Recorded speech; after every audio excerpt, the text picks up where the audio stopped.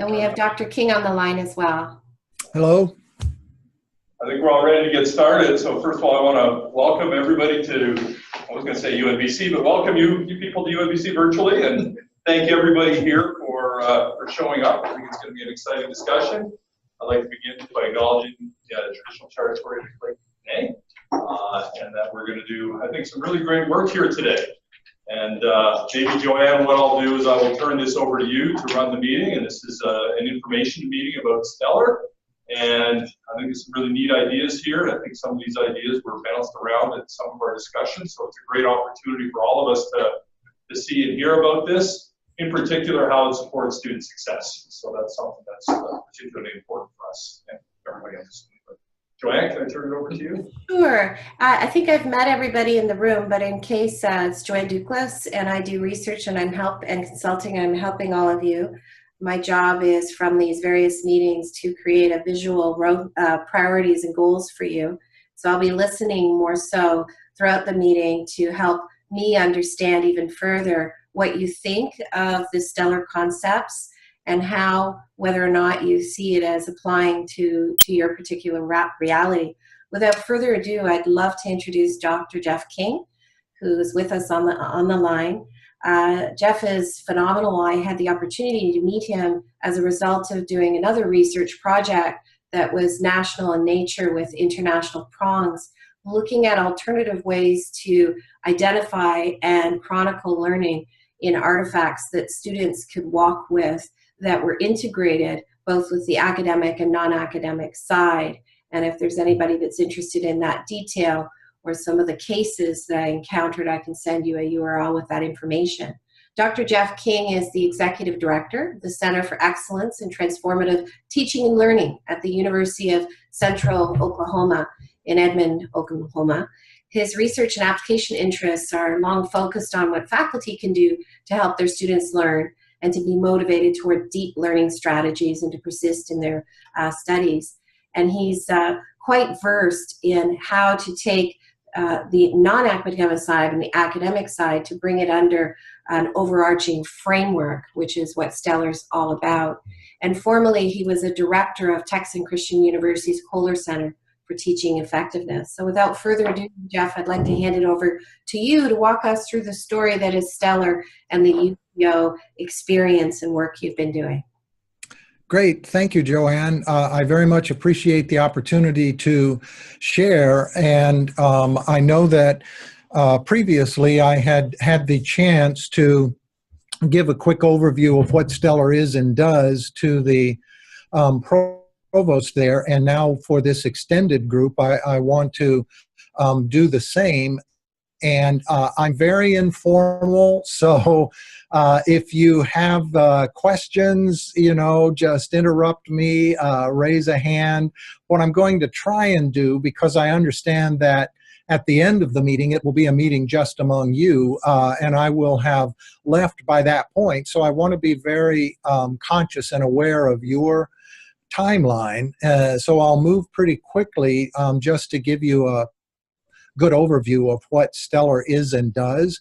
But as I say, at any point, if you have a question and it's at a place where you really would like to get that answer right then, please raise a hand or even just interrupt me. I'll try and keep my eye on the little picture of the group there to see raised hands. But I'm going to go ahead and share my screen now and bring this up for everyone to see, because the place I want to start is just the one slide overview of what STLR is and does. And it's basically the combination of processes and infrastructure and tools, training, the tracking, and really important, the assessment to know how you're doing with this to have an impact on students. And that impact is to allow the institution to embed in both the curriculum and the co-curriculum, the extracurriculum, if you will, the ability to develop these things within and among students. And one of them is The term we use is just beyond disciplinary skills. You may have heard soft skills. You may have heard non-cognitive skills. You may have heard essential skills, but I'm sure you get the idea. It's those things that employers, for example, say graduates have to have in addition to knowing their discipline in order to succeed in the workforce. So that's what we mean by beyond disciplinary skills. And Stellar was very much designed from the get-go to help students do that and to do it in a way that it's trackable. Students can track their own progress in it. You can track students' progress. And it functions, and we've got really, really good verification that it does this. The second thing that it does owes really to, for those of you maybe with an adult ed background, what is Jack Mesereau's concept with what transformative learning is and does. And very quickly, he began his work in the mid-70s and developed this concept, this idea that with adults, transformative learning is learning that changes the adult. And the reason that the change happens is because there's an aha moment, and that aha moment makes the, in this case, student realize, oh, the way I've always thought about something may need to be adjusted. And, you know, for students, that might be the idea that it's all about me. And you get to college and there's an aha moment that no, it's not necessarily all about you. That's just one example. But we say that Stellar then helps expand students' perspectives of their relationships to themselves, to others, community, and environment. And with that, what I want to do is just pull up real quickly a slideshow that I had used at the Assessment Institute last fall in Indianapolis, because it's a good, very, very quick overview of the student transformative learning record.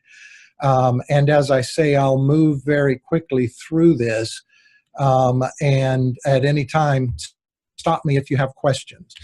But the Student Transformative Learning Record, we began developing in February of 2012. We launched a small pilot in fall of 2014, and then in fall of 2015, we launched the very broad implementation of Stellar for all incoming first-year students. That means, of course, we've got a 2015 cohort that now has been tracked into their junior years, a fall 2016 tracked into their sophomore years. And this fall, we will start a class that will mean that this coming May, we will graduate the first few students, because we will have some at that point who will have been here all 4 years of an undergraduate degree when Stellar was in broad implementation at the time of their entry. And I'll share some data. We have really exciting data with the impact that Stellar has had in terms of retention, for example, and improvement in academic performance. So you've already seen what is our operational definition of Stellar. Let me see if I can move that in case you're happening to see it. What I want to do, and what I may need to do is move this to the other side so I can maintain all my controls here. All good. Okay. Okay, perfect. Thanks. Then one thing that I want to do, and it looks like I'm frozen for a second here. This will catch up. Is that playing okay for you guys? Yes. It's an exciting time to be a student here at the University of Central Oklahoma. At Central, you'll hear a lot about transformative learning and the Stellar program. That's STLR. It stands for Student Transformative Learning Record. Stellar is like a second transcript that showcases all of your transformative learning experiences. So, what exactly is transformative learning? Look anywhere on campus and you'll see it in action. This emphasis on transformative learning has helped me to broaden my scope to think about, I'm not just teaching chemistry, but I'm really trying to prepare students to be lifelong learners, to be successful in a number of different areas. And I'm assessing their progress using the STLR rubric. This involves class assignments, collaborative research, or campus events. What you're involved in on campus, STLR measures and records our transformation with UCO's 6 tenets in mind. The central 6 are the core values that define the mission. Increase your volume. Global competency, health, leadership, scholarly activities, and service learning. I was one of hundreds of student volunteers at the big event day of service and swiped in with my UCO ID card for STLR. You could even propose your own STLR project, and if approved, earn money as part of the experience. So how do we keep track of all of our STLR credits? It's actually really easy. Just go to D2L. That's the Desire to Learn site. The My Dashboard keeps track of our progress with STLR. The D2L e-portfolio allows us to compile all of our STLR work. Think of this as a place to build an enhanced resume. Everything we store here can be shared with professors, classmates, even with potential employers. Just share the links. It's all about transformative learning.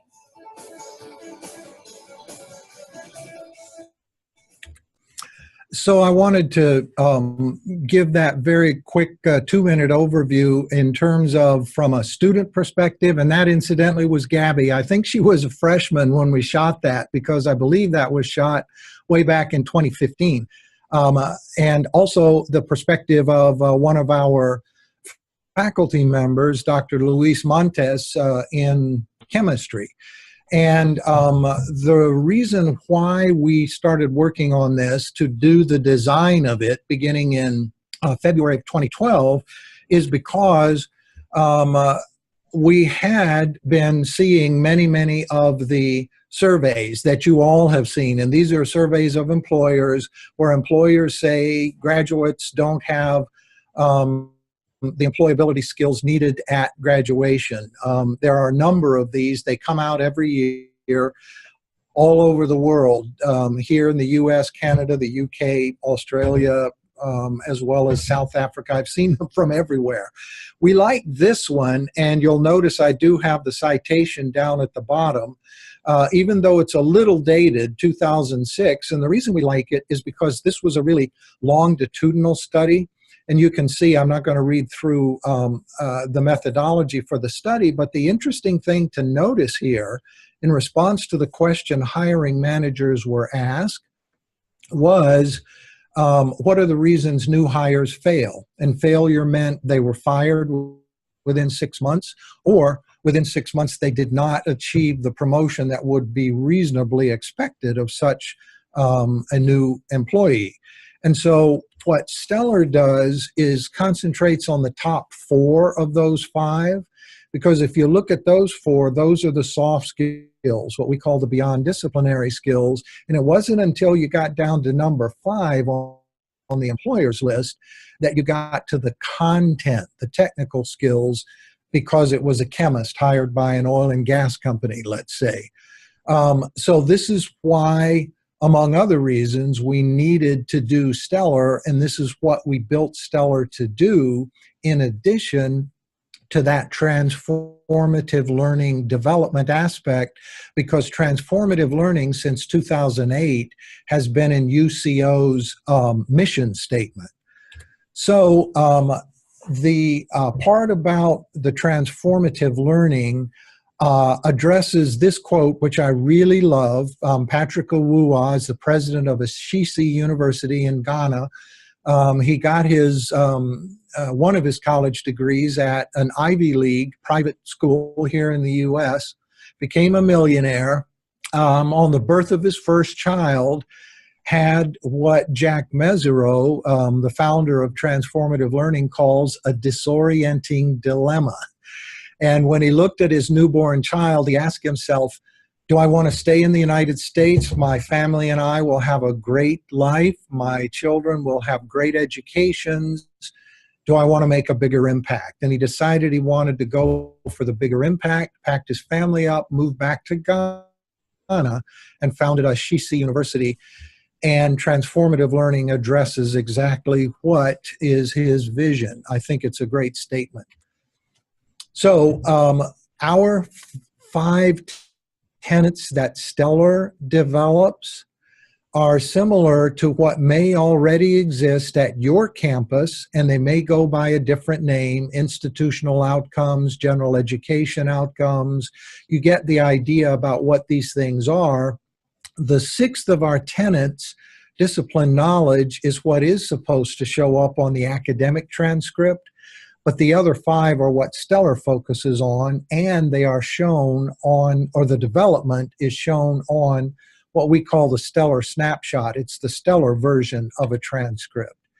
STLR is a badged process, so students work their way up. They level up in gamification jargon, from exposure level to integration level to transformation in each of our 5 tenets.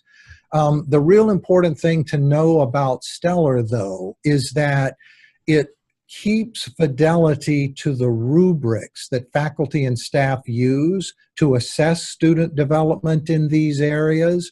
And that means that student progression across the badge levels is not strictly linear, which means, let's say, after a student gets 10 exposures in health and wellness, her next engagement with health and wellness would not automatically then be assessed at the integration level.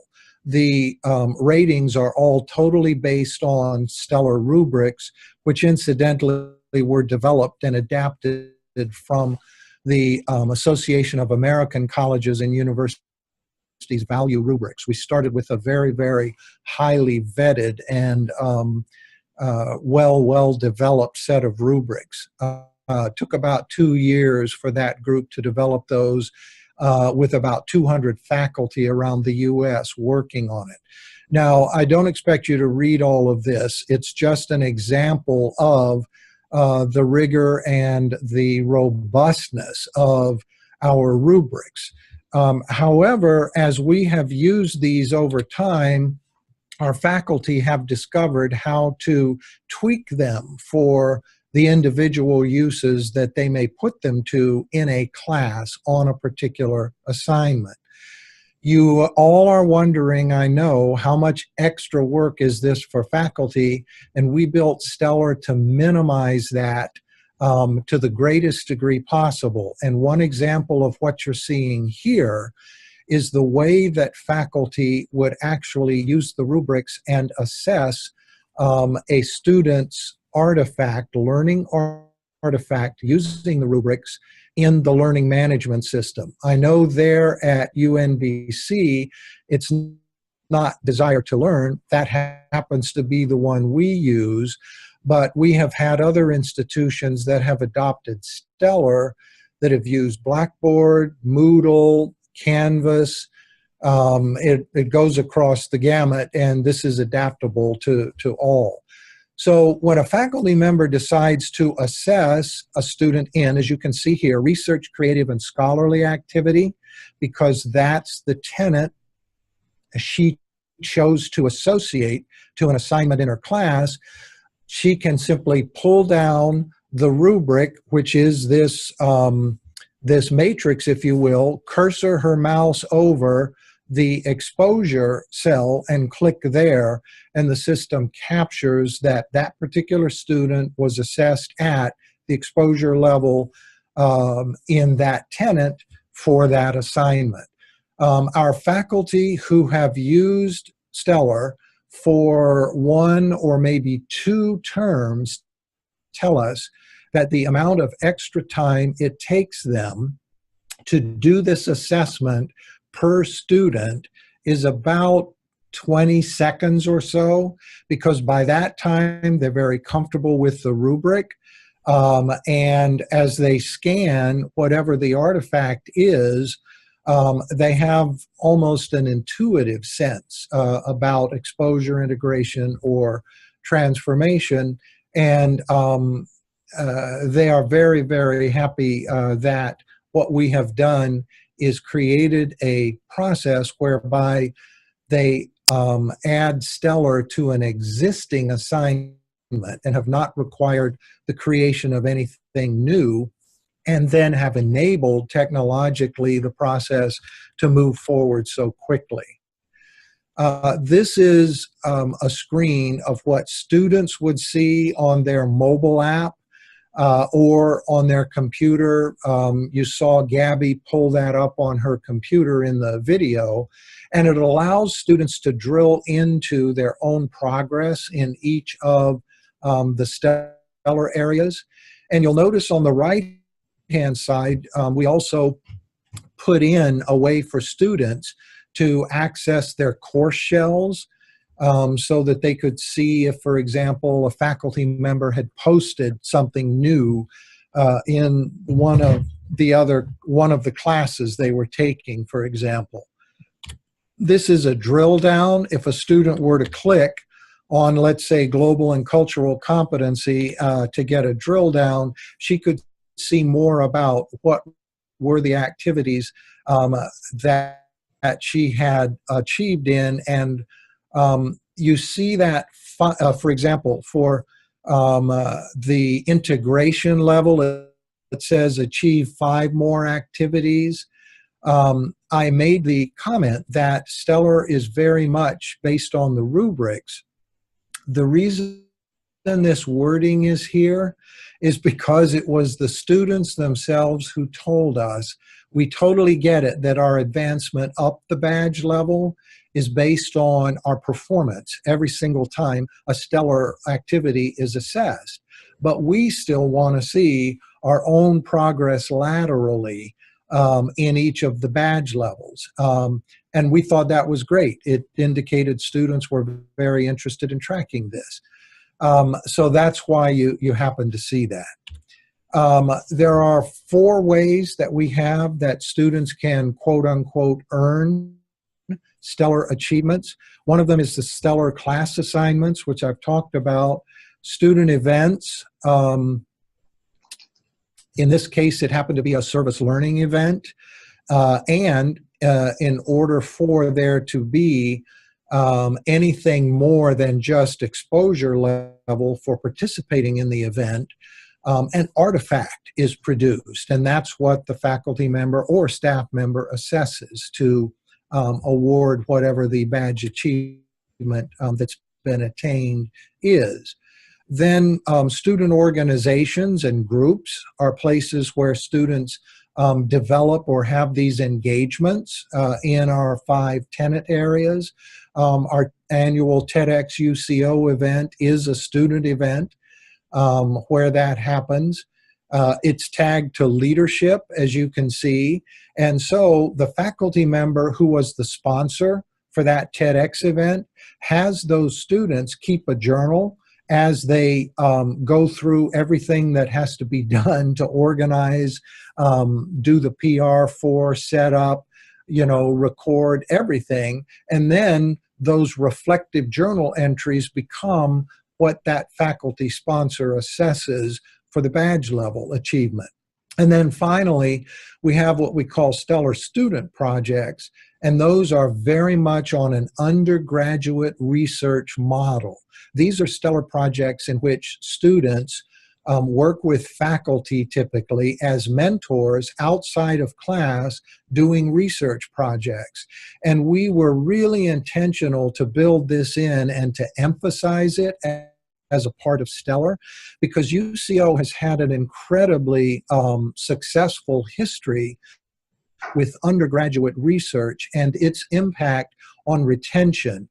And since the mid-2000s or so, as we've tracked this, the graduation rate of students involved in undergraduate research is 95%.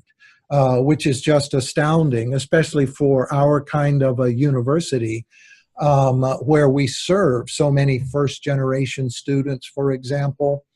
We have a large Native American population, a large Hispanic population, and so forth.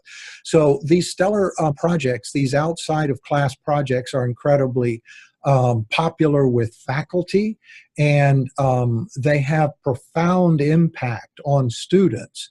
And I'll skip giving a great example if we have time. I have just incredible examples about those undergraduate research projects that are part of Stellar and associate with the beyond disciplinary skills. And so what you see here is some of the information about the impact that Stellar has on retention. And this is our fall 2015 cohort. And the thing that I would emphasize about our data collection and assessment is that you can see this is large N data and that it is correlated at the 0.001 or 005 statistical significance level. So this is very, very robust tracking that we're doing here. And the difference, you may wonder, between high stellar and low stellar, those are just adjectives that differentiate between high stellar being a stellar engagement in which the student produced an artifact that was assessed, and low stellar is an engagement in which a student was automatically assigned that lowest level of exposure. And you saw in the video a student swiping in with his student ID card into a Stellar tagged student affairs event. That information was captured in our system. That student then automatically achieved the exposure level for attending that event, and that event was also tagged with whatever tenets it was set up to be associated to. And the reason that we had to do this was because for student affairs events that do connect with beyond disciplinary learning, like global and cultural competency, that student, when she swipes into our Asian Moon Festival, we know for sure that she's been exposed to another culture. We don't know anything beyond that unless she produces an artifact. And we are not going to ask our incredibly hardworking and very, very efficient student affairs sponsors for those events to assess 400 artifacts. And you understand why. But it is nonetheless something that allows that student to start to think in different ways about global and cultural competencies. We have also found Stellar to associate with improved academic performance. In this case, the metric happens to be cumulative grade point average. Once again, large N data, once again correlating at high statistic significance levels. And we often get the question, well, is Stellar just opt-in and it's only your good students who are doing it? And that's why Stellar seems to be correlating with these good results. And the answer to that is no, pretty unequivocally. And we've done tons of research to investigate that, among other things, looking at incoming high school GPA, incoming GPA or incoming class standing, incoming ACT or SAT scores. And it turns out that students who are lower scoring, lower high school GPA benefit to these degrees in academic achievement. So when you look at those bumps in GPA because they were engaged with Stellar, that's including first generation low income students, minorities who also came to us with low entrance scores and relatively low class standings. They benefit just as much. So we're very excited about that because, as I mentioned, we have a high first generation population. It varies between 40 and 50% every term. So it's very important for us to help these students succeed. And then I will pull up a fuller screen version of this. This is simply the front page of what our stellar transcript looks like. And we were very intentional that this be what we call an asset-based record for students, not a deficit-based record. And what we mean by that is, on the academic transcript, if a student gets a low grade, that sticks, and that's going to be there forever. That can become a deficit for the student. A student's development of beyond disciplinary skills, however, is an added asset that student takes after she graduates. So because everything that she can possibly put on this transcript has been vetted by the university, the stellar transcript carries the registrar's seal. We had to put a maximum number of things that students could show, simply because this thing could literally potentially show 200 stellar engagements that she had across her undergraduate career. So she gets to choose which of the engagements she reveals. And if as you can see in this example, Addison Ketchum, as you see in the upper left-hand corner, is the student, and this is a sample snapshot that she produced. She chose to put leadership as the top tenet. Students can order these tenets, and she chose which of the leadership engagements she wanted to reveal, and those engagements show it happened in spring 2014. She received transformation on it, and this was the assignment. And employers are able to drill into that because they can go to the student's stellar e-portfolio. Here's a different student, Julia Buck. It's one of the pages, a work showcase page, in which she talks about analytic thinking.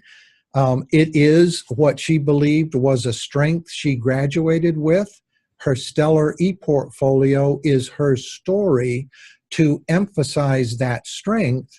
And in the process of putting it together, it gave her the big picture as she considered all her stellar activities for why she developed that and how it will enable her to perform at a very high level for the employer who may be interviewing her at this point. So on this transcript, there's a link down at the bottom. You can't see it, covered by the UCO bar, that links straight to the e-portfolio. And that's how students can share their stellar experiences. But very importantly, we train students in a couple places, the incoming freshman seminar and the capstone course that all our programs have, in how to create a good-looking, well-designed stellar e-portfolio that definitely sticks within the constraints of what our stellar employer advisory board members have told us about the stellar e-portfolio. If it takes them longer than 45 seconds to find anything they want, it's not a good portfolio. So we give our students help in how to create those. And we also use the career development unit as part of that. Yeah. I have a question, Jeff. On your e-portfolio, I'm Greg Condon, I'm the CIO. I'm all concerned about data management. Where does your e-portfolio reside? Is it on your local systems in the university, or is it a cloud-based solution? Yeah, we used our e-portfolio that comes with our learning management system. So the e-portfolio is D2L, and when students are here, their e-portfolio, of course, lives on our system. However, when they create a stellar e-portfolio, what we train them to think about that portfolio as is to think of it as a website, because when they create the stellar e-portfolio, we also train them how to create a link, and we suggest bit.ly or some other, truncating nomenclature for that. And then that becomes what lives on the web, if you will, so that they can send that link to whomever they want. Now, one thing that we like about this setup is because students can create multiple versions of their e-portfolio, one version for one employer, another version for another employer, the same way they do with resumes, and they keep them all on our system as different versions. Now, after they graduate, our learning management system vendor has agreed to allow them to keep their D2L e-portfolios in perpetuity, if you will, but there is a constraint on the size of that, as you can well imagine the reason why. So what we're finding is that very typically students, after they graduate, they move their Stellar e-portfolio material to, for example, LinkedIn. And that works out very nicely because they put the materials together already. And the final thing I'll say about this, because it connects with this e-portfolio idea, and it's really important to employers and it's really important to students, is that we're now in process with converting our transformation level badge into a portable micro-credential.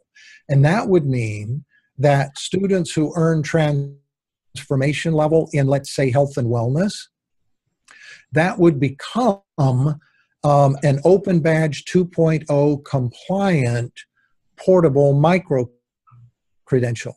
And that is important to an employer, for example, because that Open Badge 2.0 standard allows the employer to drill straight back to the artifact that the student produced in which she received that transformation level. So we're actually now taking the step with that because we know that's important to students and to employers as well. One other comment. A question. Those students that wish to remain, have their e-portfolio remain on UCO's systems, do you maintain their credentials as well in perpetuity? Yes. Yes, we do, because everything is captured within our LMS. And so what happens is we get a 24-hour data dump, if you will, from our learning management system vendor, from D2L, and that gets dumped straight into a data hub here. And that's why we know that we always have access to our Stellar data. Now, other universities that have adopted and adapted Stellar handle it in different ways. So we've seen a lot of flexibility in how people figure out their solution. We've got a Blackboard using University Tarleton State in Texas that has been successful with how they've figured things out. And our Moodle user in New Zealand, Massey University, has been successful with the way they figured it out as well. Before you go on, Jeff, I have a question for, I think it was Greg that was talking. Remind me again what LMS you use at UNBC? The answer is yes. We use a combination of Blackboard for academic programming and D2L for mostly non-credit courses, but there are some credit courses as well. So it's a hybrid system. And was that a conscious choice to keep non-credit separate from academic, or is it just sort of an evolutionary business decision that different units made? It was a business process decision. Blackboard wasn't able to handle some of the automatic admissions and some of the financial transactions that are required by our not-for-credit courses. Mm-hmm. And I have then a follow-up question to Jeff. Jeff, do any of your sister institutions that are looking at Stellar have they primarily used DTLL? Have they primarily used Moodle, Blackboard? I mean, do you have any examples in the Blackboard world? Yeah, we do, and it's been all over the board. We've had institutions that have used all of those. And as I'm running through in my mind right now, you know, among all the institutions, who's using what, among those four, it's probably fairly evenly divided. Maybe, well, we've got an Irish university that's on Moodle as well as a New Zealand. But I'd say maybe Moodle the least. Maybe those are the only two on Moodle, and everybody else, it's a split among D2L and Blackboard and Canvas. But as a practice, a best practice for doing something like this, it's probably best to rely on one system, right, for the STEM. Well, I know it's cheaper, I guess. So maybe I can interrupt here. We can leave the conversation about the system, because that's an ongoing conversation at UNBC, and maybe bring it back to Stellar. No, Surely. I wanted to understand the range of options. Absolutely. And I totally get the reason for the question about the ePortfolio and then the linkage into the LMS and all of those kinds of things. You can see here a picture. This is not our most recent. We've outgrown, I guess, 2 venues for our Stellar courting ceremonies. These are very important to students and their families and friends. The way we do it, we do a Stellar courting ceremony before our regular graduations start. And these ceremonies are places where graduates who have achieved that top badge level are courted by the faculty member or the staff member who awarded transformation in that tenet. And you may wonder, how frequently does this happen? Across all the years we've been in operation with Stellar, every term it runs between 8 and about 11% of the engagements, the Stellar engagements, that are assessed as reaching the transformation level. And according to our rubrics, it only takes one time for a student to achieve transformation for that student then to earn the transformation badge. That means she will receive the cord in the courting ceremony, and then she'll wear that plus her regular regalia at graduation. And the other thing you can see on the slide, it's actually a picture from our graduate program, our graduation ceremony program, and the students' names are tagged with whether they achieved, you know, Stellar transformation in 2 or 3 or whatever it is. And these cords are in the same colors that match the tenet icons. And I haven't shared yet, the tenet icons were developed by students. We had a competition and we had 4 student groups in the design program, came up with 4 packages. This happened to be the winner. And so we found cord makers that could produce them in our colors, and it was only this past May, after 3 years worth of broad Stellar implementation, that we had what we call our first rainbow graduate.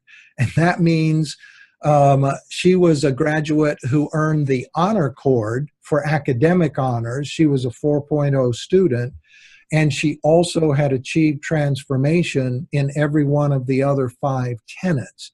An incredible and very exemplary student, as you can imagine. She's now in grad school at Vanderbilt.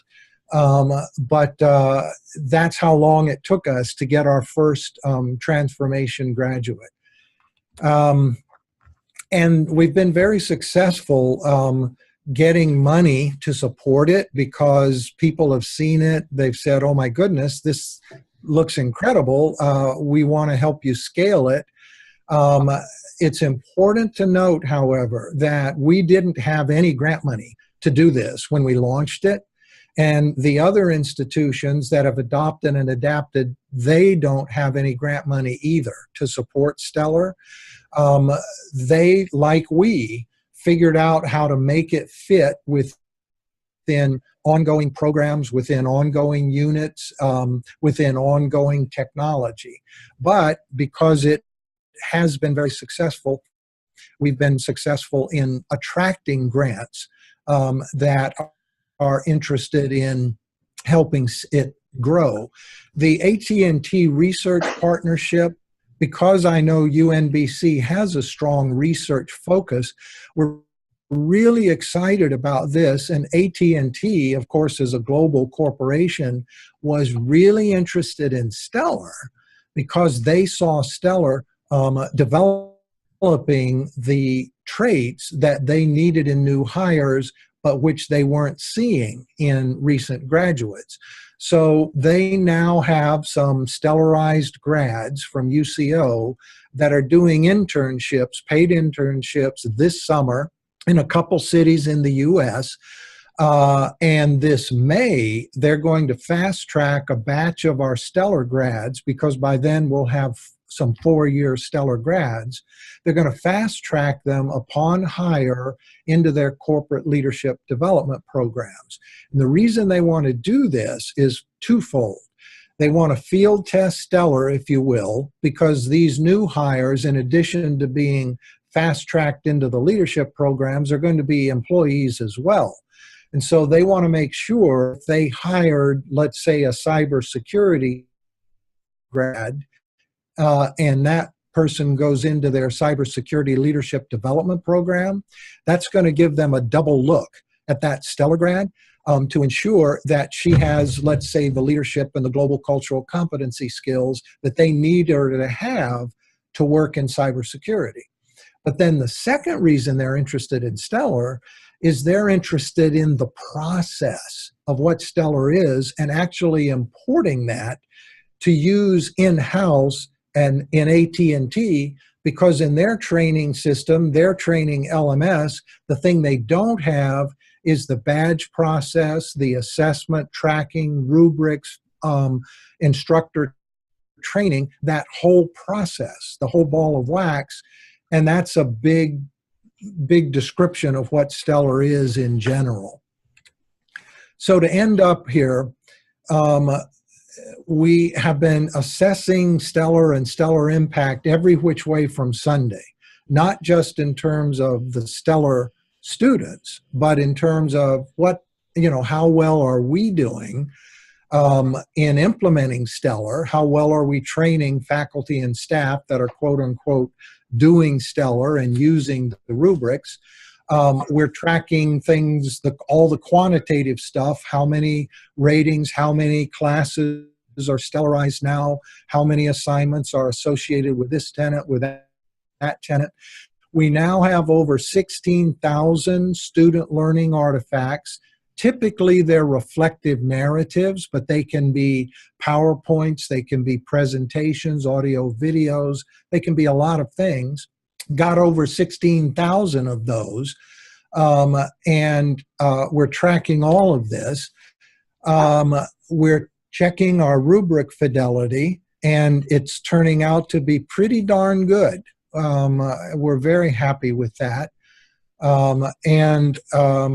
The faculty who have gone through stellar training, that means that when UCO ultimately takes the step into competency-based education in its curriculum, this means our faculty have already been trained in competency-based ed. And launching that first program that is a CBE-based program becomes enormously easier at UCO because faculty have been trained in rubrics, they've been trained in authentic assessment, they've been trained in badging, and that's exactly the process and the concept that goes along with CBE. So it's not an inconsiderable benefit or value add, because higher education down the road, all institutions may consider a CBE pathway at some point.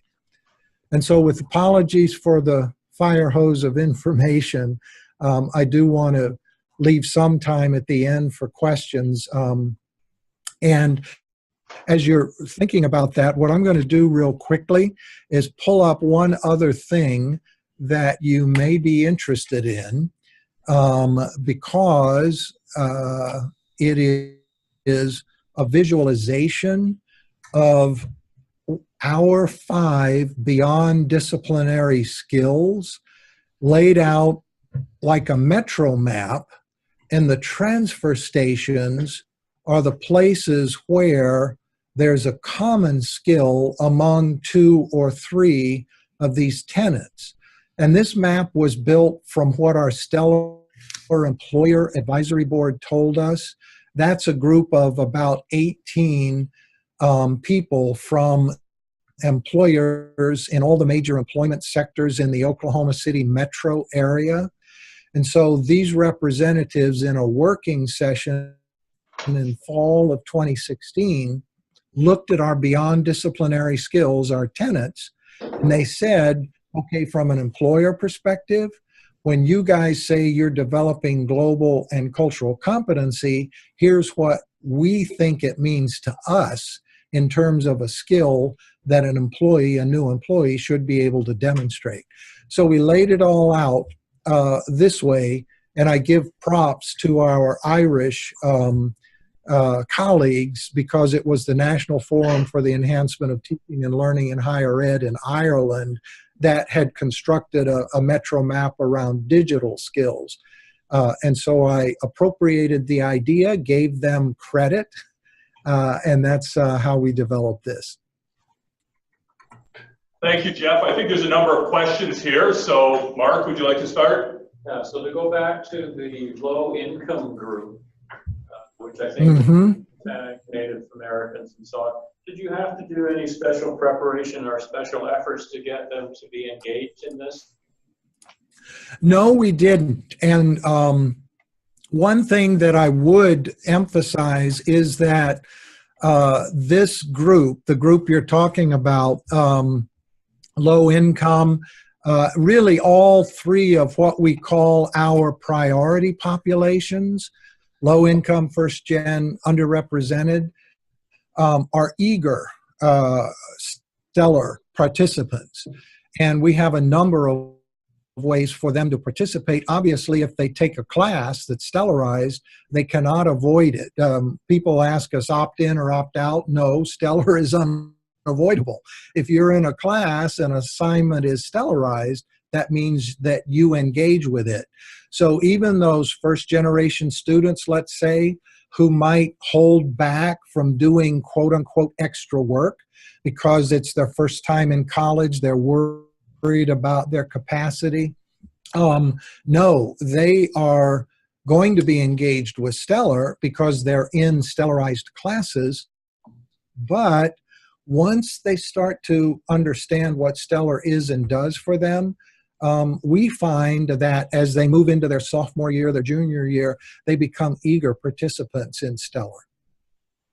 Thanks. You said there was additional questions there. Yeah, well, we'll just manage it here, and I think there's a number of them around the table. Wendell, please. Hi, I'm Wendell Schwab. I'm a grad student here at UNBC. I actually have a few questions, if that's okay. So if I understand this correctly, STLR is actually heavily based on work that students are actually doing in their classes already. Faculty buy-in for that. Yeah, oh, great. Thank you, because I haven't yet addressed faculty buy-in, and that's generally the absolute first question that happens whenever we do a STLR presentation at a conference and so forth. Here's what we've discovered. Faculty have been very positive, and the point when that happens, we've actually been able to identify it as about 45 minutes into our STLR training. Now, we've always had the same thing that you would have, and that would be the people who are early adopters, who are very much on the do whatever I can do to help students succeed bandwagon already. But we also have then that other group, which are what I call the grumpy faculty. They don't want to do any extra work, and they don't want want to have to do any extra paperwork, and as long as they deliver the content, that's what they believe is all that their job involves. So we've got the gamut, just like every university. Faculty buy-in hits when faculty realize, oh, this is what helps me do what I really want to do with my students, but I've never gotten any training for it, and I've never gotten any support to do it. And here's what the thing is. The thing is the email that faculty get could be 2 years after a student graduates. And the email starts, "Dear Professor so-and-so, you probably don't remember me. I was in your X class in X term, and you changed my life." That's what really helps faculty get the buy-in, because they realize Stellar is the thing that helps develop this impact, this shift in perspective, and that's the thing that goes above and beyond mere content. It goes into helping develop the whole student. So I apologize for the long answer, but we have actually found that we've seen that in faculty writings. We've captured that in focus groups where we drill down. We've had postdocs from Brazil here to spend a semester researching stellar and transformative learning, talk to faculty to find this out. So we're pretty confident in it. I just have a follow-up question to that, though, Jeff. How do you get the engagement early when you first came out of the gate? Exactly. Right now, it's really, really easy because of our retention results. And I'm sure that most places in higher ed really have a focus on retention because, you know, governmental support is shrinking. It's just incredibly important. New faculty, all new faculty coming in are stellar trained from the get-go. And so there's absolutely no hesitance on their part to get in.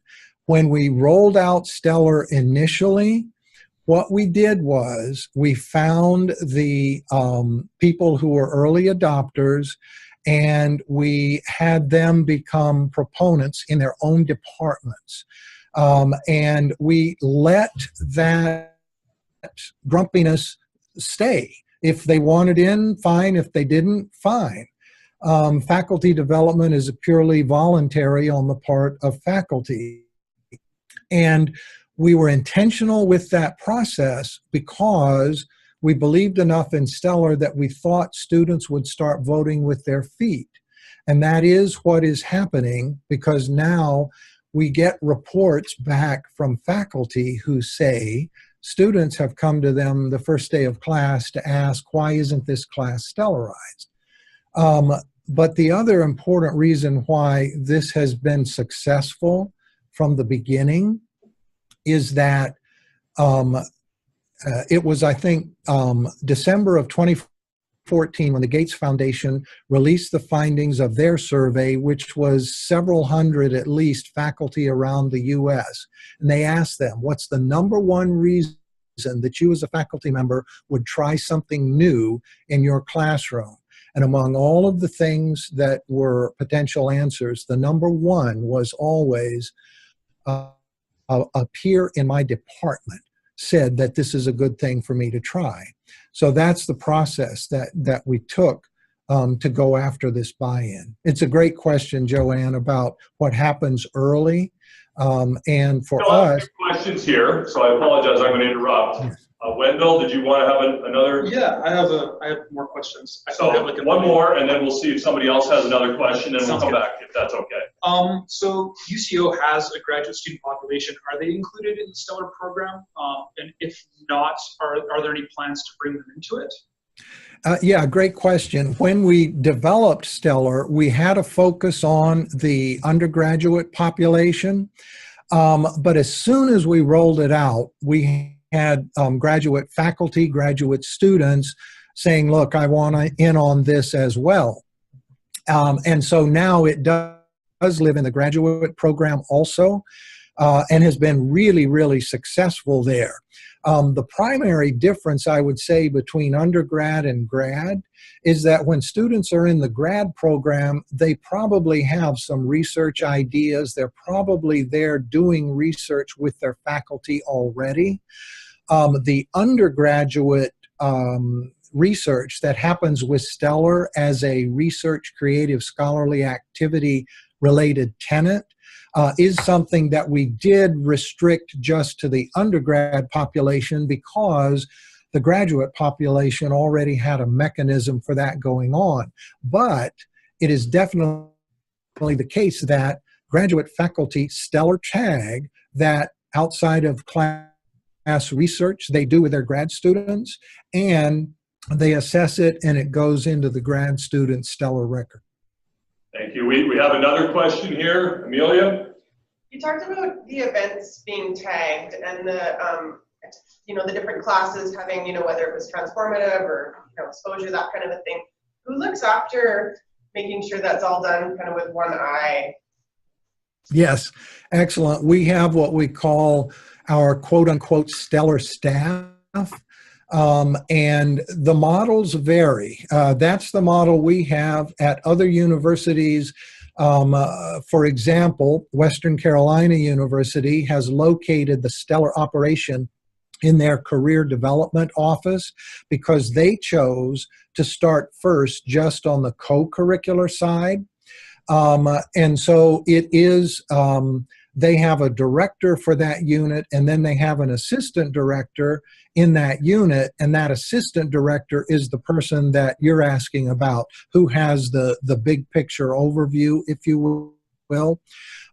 What we have here is what we call Stellar staff, and we have a person who is dedicated just to Stellar assessment.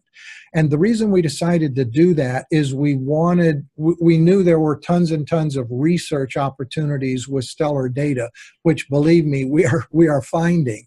But that is the person who, for example, does a spot check every term of the transformation badge assessments, the ones that have achieved that level. And the reason that Dr. Brenton Wimmer does that is we want to make sure we have good rubric fidelity, and we wanted to make sure a concern that some people had that, faculty will just start giving out transformation badges like candy because they think that will make their end of term student survey ratings go up.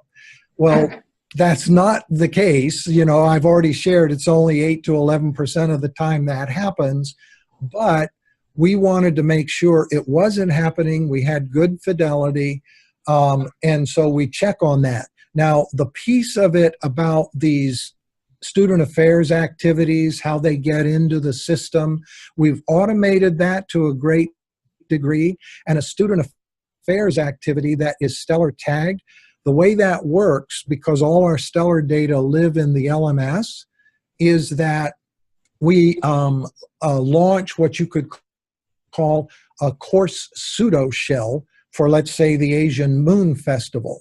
And when students swipe in, then their attendance at the exposure level is goes into that course pseudo shell, and that's how we track all of this. So when a student affairs staff member decides that the Asian Moon Festival is going to be a global cultural competency tag Stellar event in fall 2018, we use OrgSync. It's just a student affairs mechanism, piece of software that's very common in the US. We already had it. We didn't want to pay for anything extra. And all of this takes place pretty automatically and pretty quickly. And now we have roughly, I'd say, 50 Stellar tagged student affairs events every semester. And so it works very quickly. I'm going to interrupt here because we have about 5 other questions. I'm not sure how much longer do we have you, Jeff? I can stay for whatever period of time happens to work for you. I know you need to meet after I leave, but please fire away. Yeah, careful what you promise. So Dennis. Thanks for everything so far, Dr. King. You talked a bit about early engagement of the STELLAR program through your faculty, but talking about new students year over year, how I imagine STELLAR being huge as part of orientation, but how early is STELLAR introduced? I imagine it would be a day one handshake for prospective students as well as a recruitment tool. Can you speak a bit about that for me? Yeah, and the answer to that is it actually happens before students start here. We have what we call STELLAR student ambassadors, and those are students that give a presentation about STELLAR as a part of orientation visits. You know, students, potential students and families come to UCO during the summer, etc. So our student ambassadors give these presentations about STELLAR. We have a very nicely professionally produced short video from the faculty perspective, employer perspective, and so forth that's shown then. And those student ambassadors then continue to work throughout the year.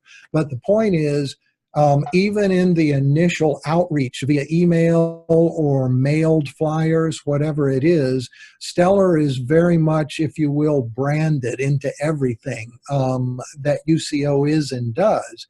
And so before they get here, they are exposed to it.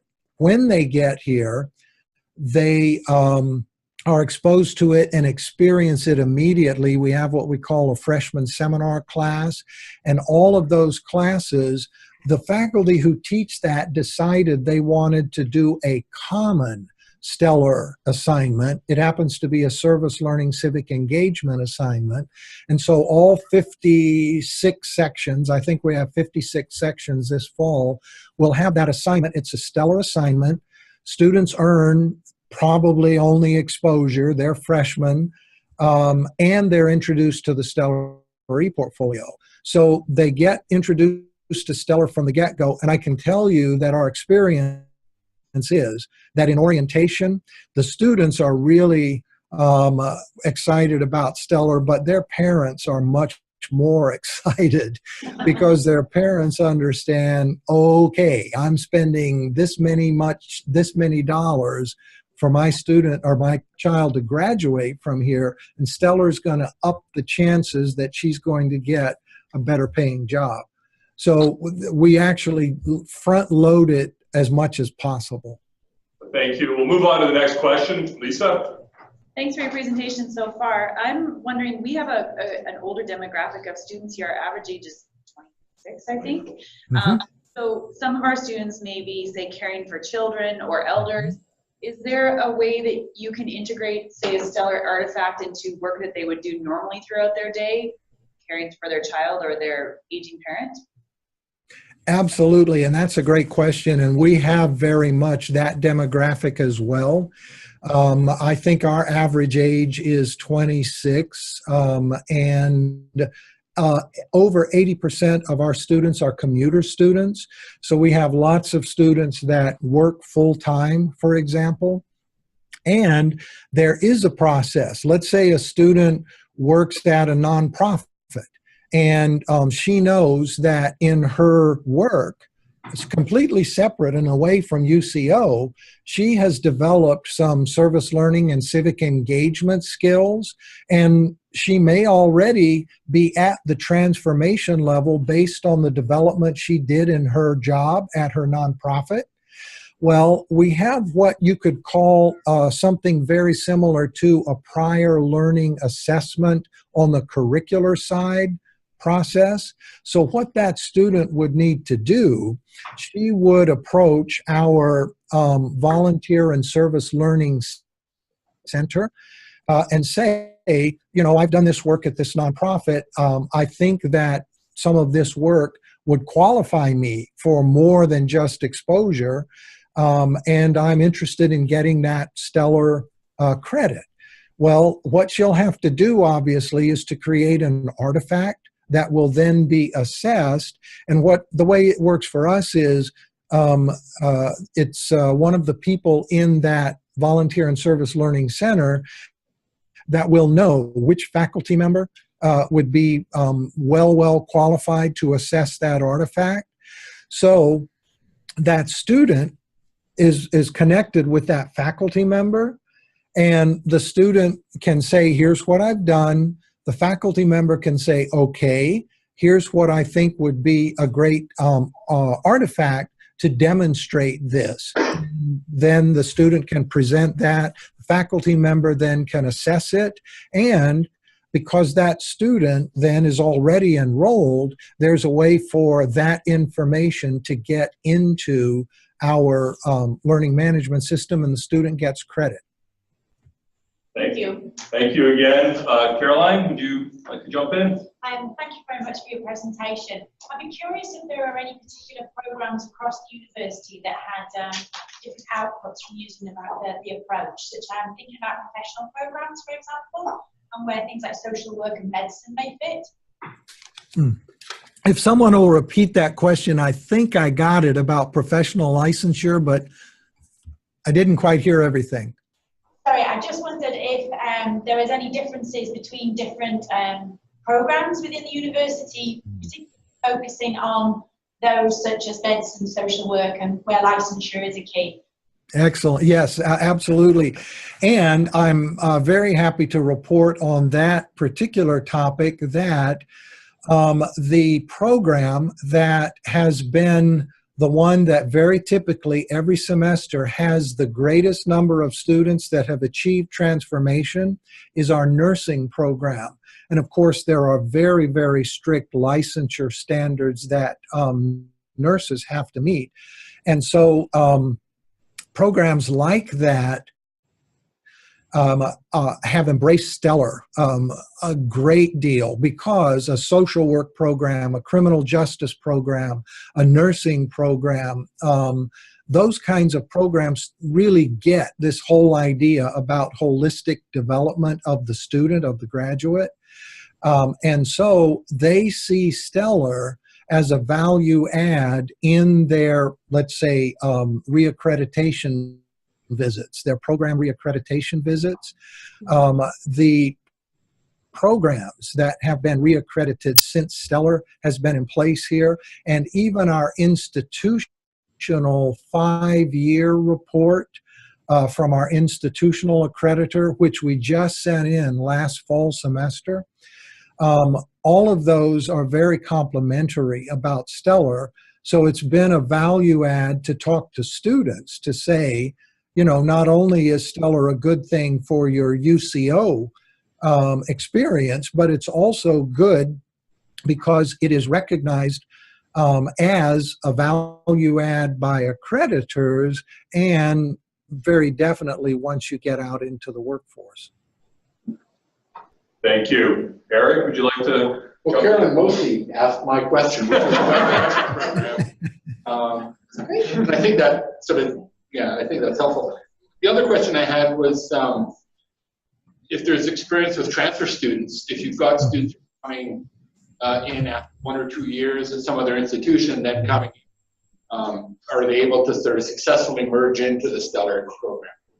Yeah, that's a great question, because we also have a large percentage of transfer students here. And the same process that I described a moment ago can also take place for, let's say, a community college graduate who comes to us entering as a junior.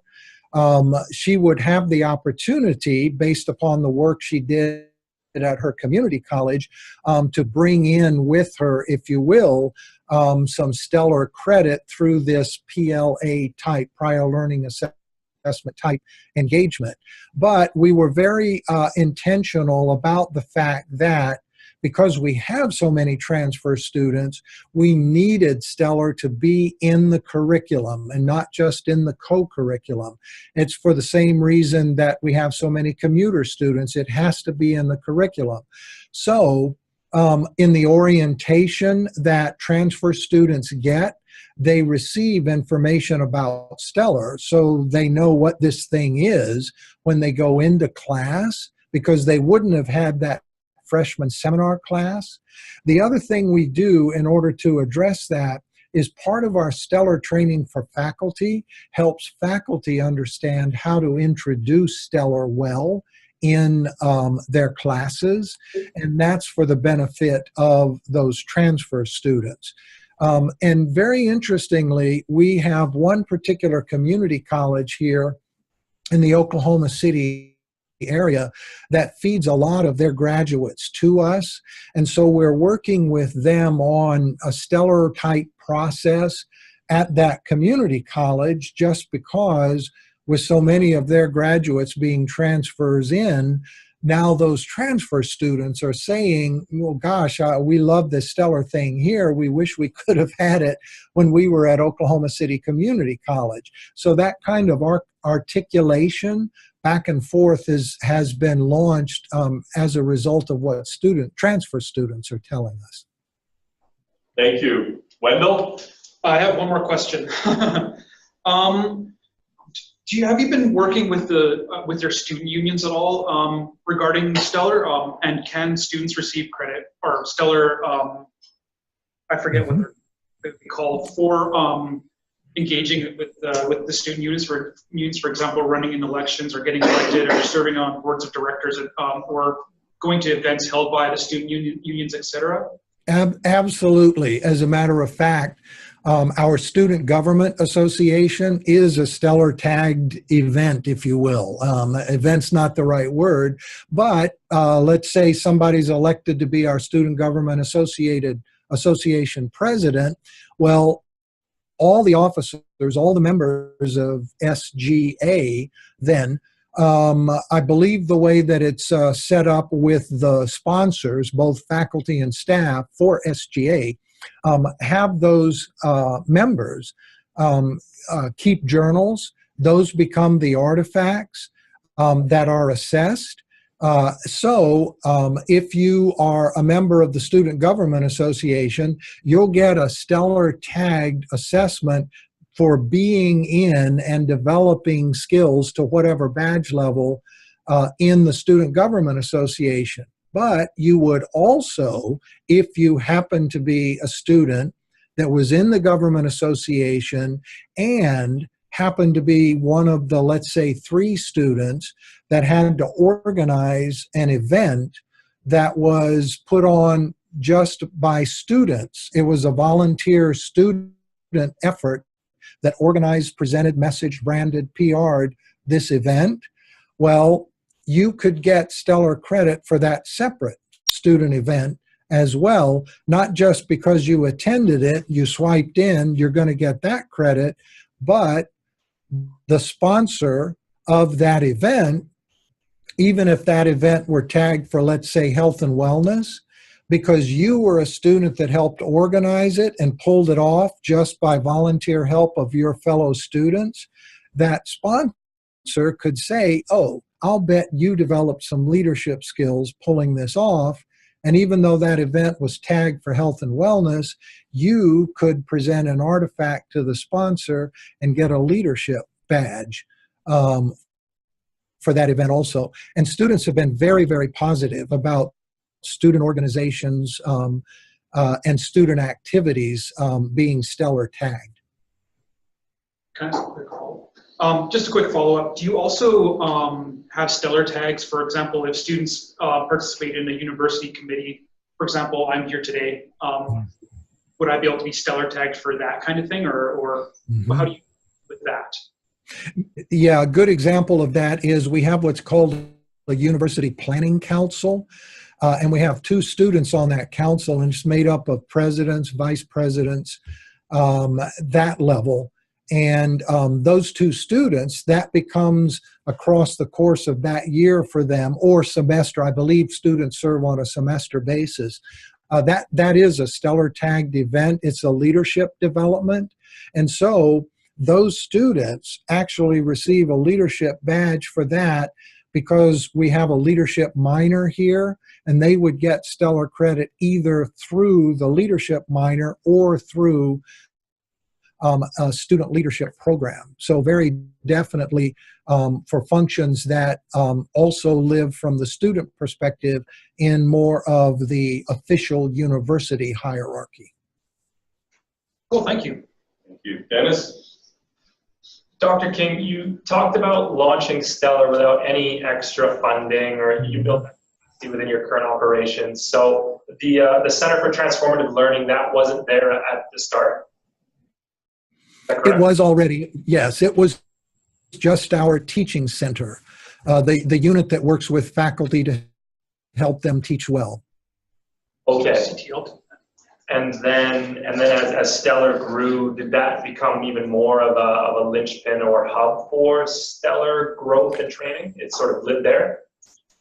Yeah, the best way to conceive of it is that the university, way back when we started developing Stellar in 2012, realized that because so many really critically important pieces of Stellar revolved around faculty and what faculty do with students, the logical unit to be the home for Stellar was the teaching center. So the best way to think about this is the teaching center existed already, and Stellar just logically became the place to put, Kettle, the teaching center, logically became the place to put Stellar, because Stellar would involve faculty training. And if for no other reason, that logical crossover made sense. The other thing, real quickly, I'll follow up on about what we have learned about the wisdom of that decision is that teaching centers typically live in kind of an interesting no man's land. They're in the middle sometimes between faculty and administration, not because a teaching center ever has any domain over faculty. Heaven forbid that anyone would ever say that. That's not the case. But what I mean in terms of being in the middle is that the faculty or the teaching center is able to communicate and message with faculty in a peer-to-peer way. Typically, it's the people in a teaching center are people who are or have been college faculty, and they're totally dedicated to help faculty.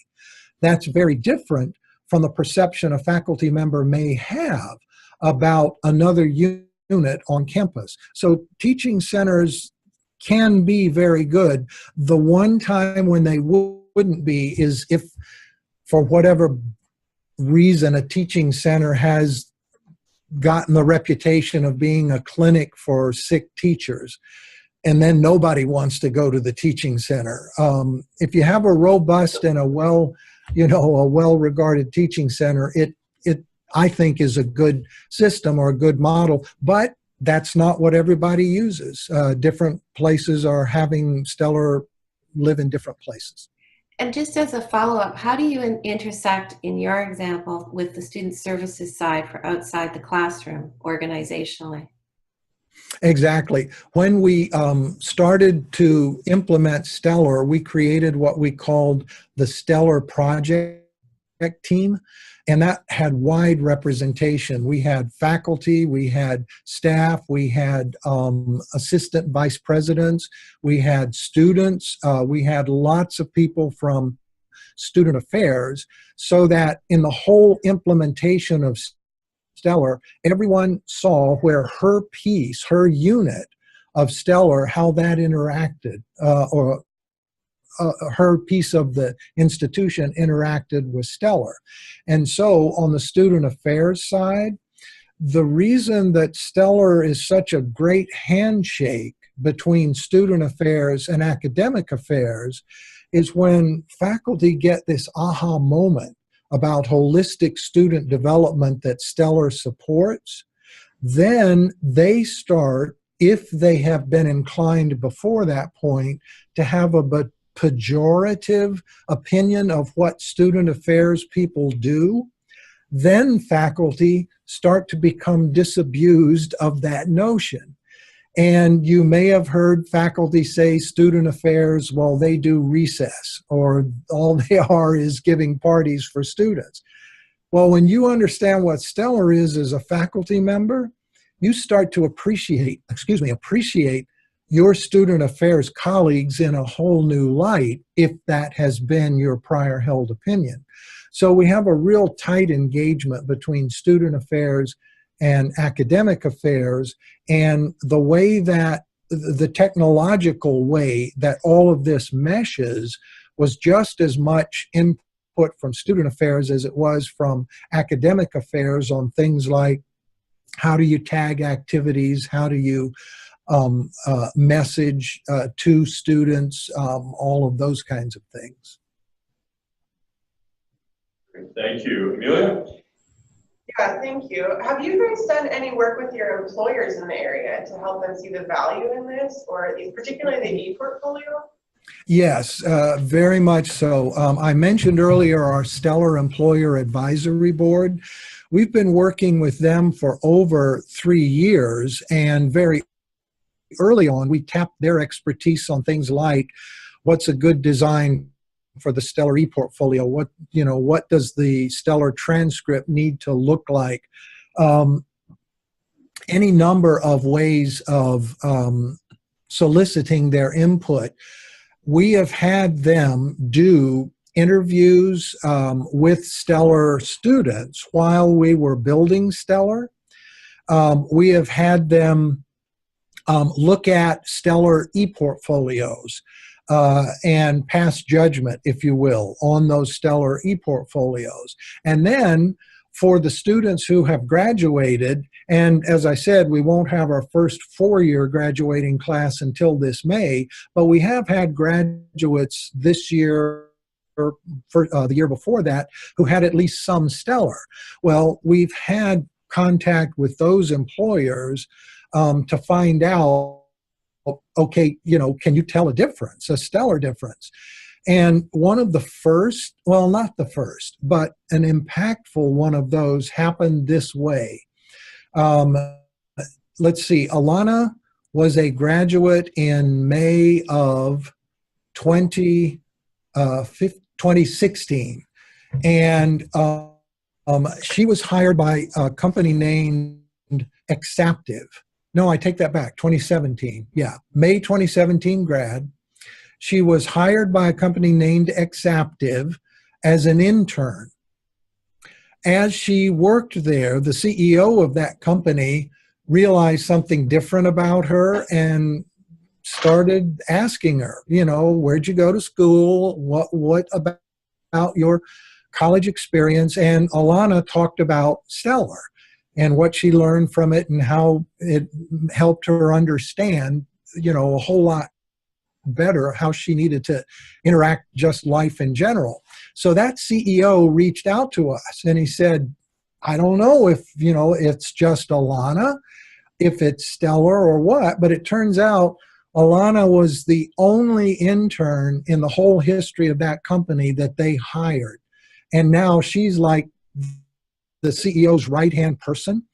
And after the CEO found out about Stellar, he said, okay, now I get it. Now I understand this connection between what I saw in this intern and what UCO is trying to do with its students. So we've gotten, that's an anecdotal piece of feedback. 6 months after our first 4-year graduating class, we're going to do what we've always planned for way back from the beginning, which is the employer follow-up. And the question we will ask is, if you hired this graduate 6 months earlier and you hired her because she had what you thought were exemplary service learning skills or leadership skills, has her performance over those 6 months verified your initial decision? And that's not something we can do, we thought, and get dependable data until after our first graduating class. But that's the quantifiable research that we will be doing after this upcoming graduating class. Great, thank you. I think we have one more question. Mm-hmm. I just wondered if I'm the newly minted Center for Teaching and Learning director, so this is awesome. But I was wondering if you could provide us with a list or an email of other universities, mainly in Canada, that we could collaborate or chat with to see how it works with our different laws and things like that. So. Yeah, absolutely. I will do that. I'll send the full list. And also, concerning Canada, I can go ahead and let you know right now that the very first institution that was interested in Stellar for applying it on their own campus was Collège La Cité in Ottawa.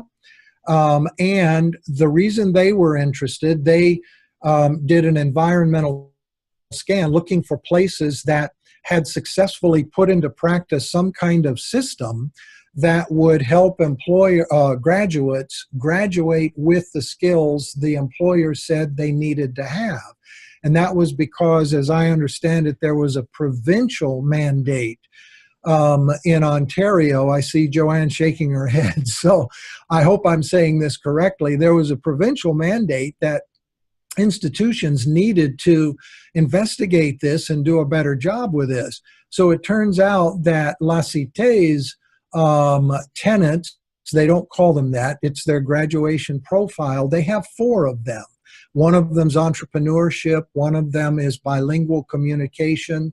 I can't remember what the other 2 are off the top of my head, but they realized that Stellar was the way that they could help their students develop those 4 things, because they were telling their employers, yeah, our graduates have these 4 things. Well, the employers were saying maybe not so much. And so that's why they were interested in finding some institution that had something that could do it. So they're in Ottawa. I know that's way across the other side of Canada. But we also have Sheridan College, which is, I don't know, a couple 100 kilometers down the road, that is very, very preliminary with their College of Business. We've only had 1 webinar with them. It's been a while back.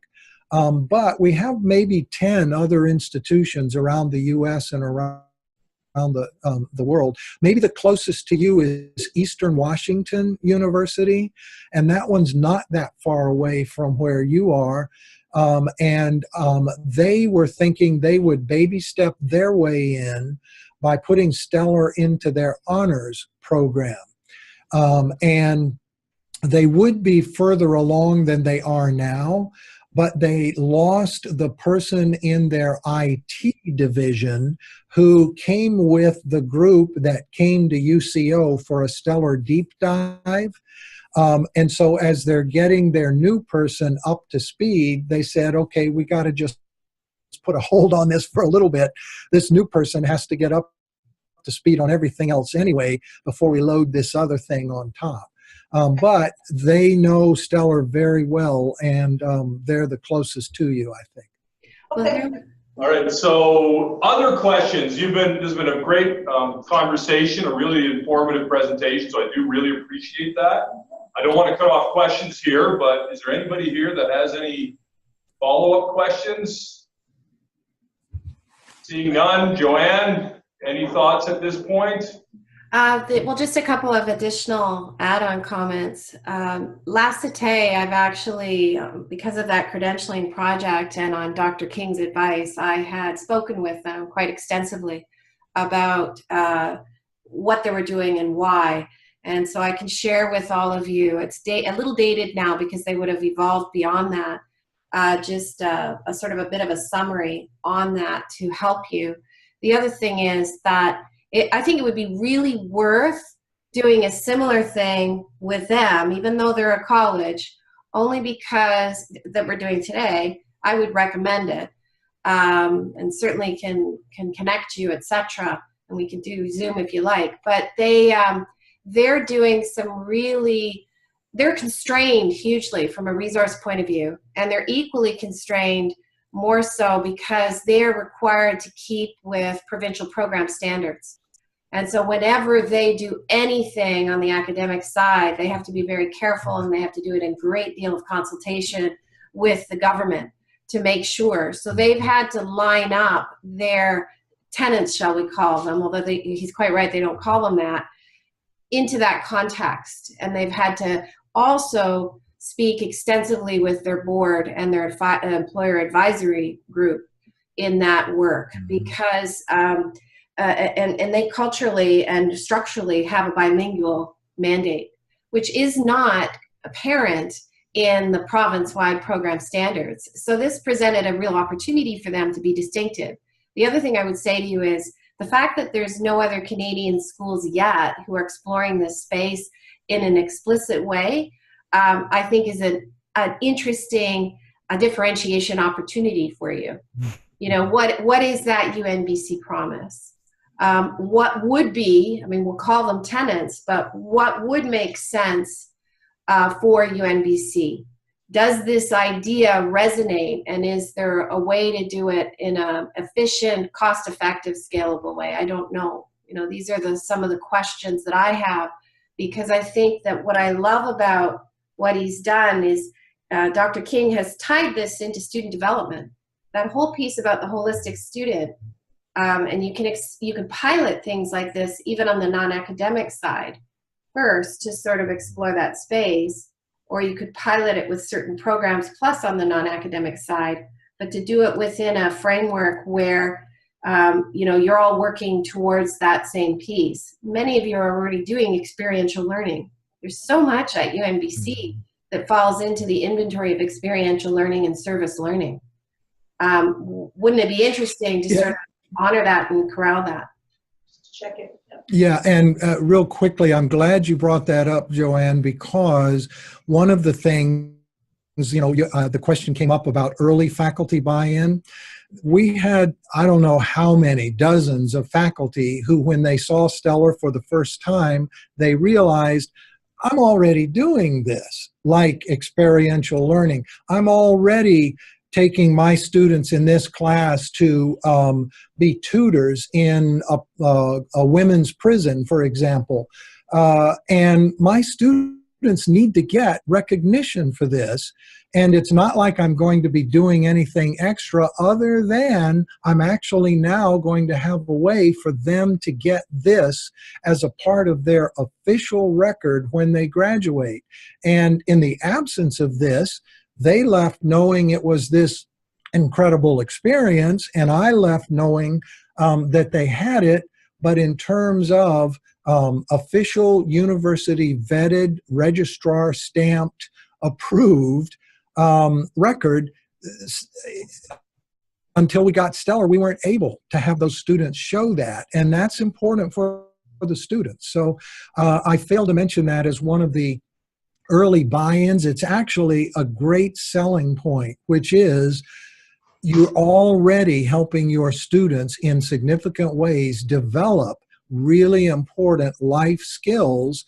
Why not have them get the credit for doing that in an official way that carries some weight? Yeah, and I actually have been corralling all the feedback from the various retreats, Dan, and have an inventory list I'm creating of all the examples that many of you cited, where, you know, this is like a running list of opportunities here. And I'm just using experiential learning. You did the same for other categories of learning, and where you also identified some of your vulnerable hotspots in terms of issues. I think that's a treasure trove of information that can assist you with some of this, taking it to the next phase. And I think that's the other piece, Jeff, is what's step one, what's step two, what's step three. And that space, it'd be worthwhile even this morning to sort of explore that, Dan, if there's an interest, because I think how to do it is also. I think maybe what we'd like to do is take a little bit of a break here and then have a conversation just among this group. I'd like to hear what their thoughts are and where we're going. And that might give us a little bit of where we want to go from here in terms of how do you do it, a bit more of the technical stuff. And I think it might be another opportunity for sort of a smaller group that is more on the technical side that would sort of assess some of those elements. I think we need the first opportunity to ask the question, you know, is this something that really resonates with not only our students, but our faculty and staff in terms of how we want to move forward?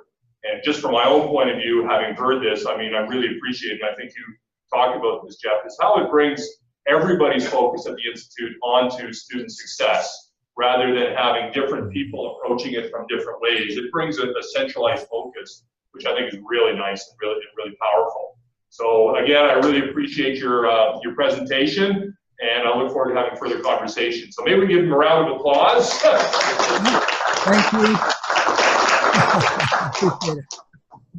Thank you. We're going to take a break now for about. Excellent. I will leave the meeting, and I appreciate very much the time and attention. Perfect. Thank you. Surely.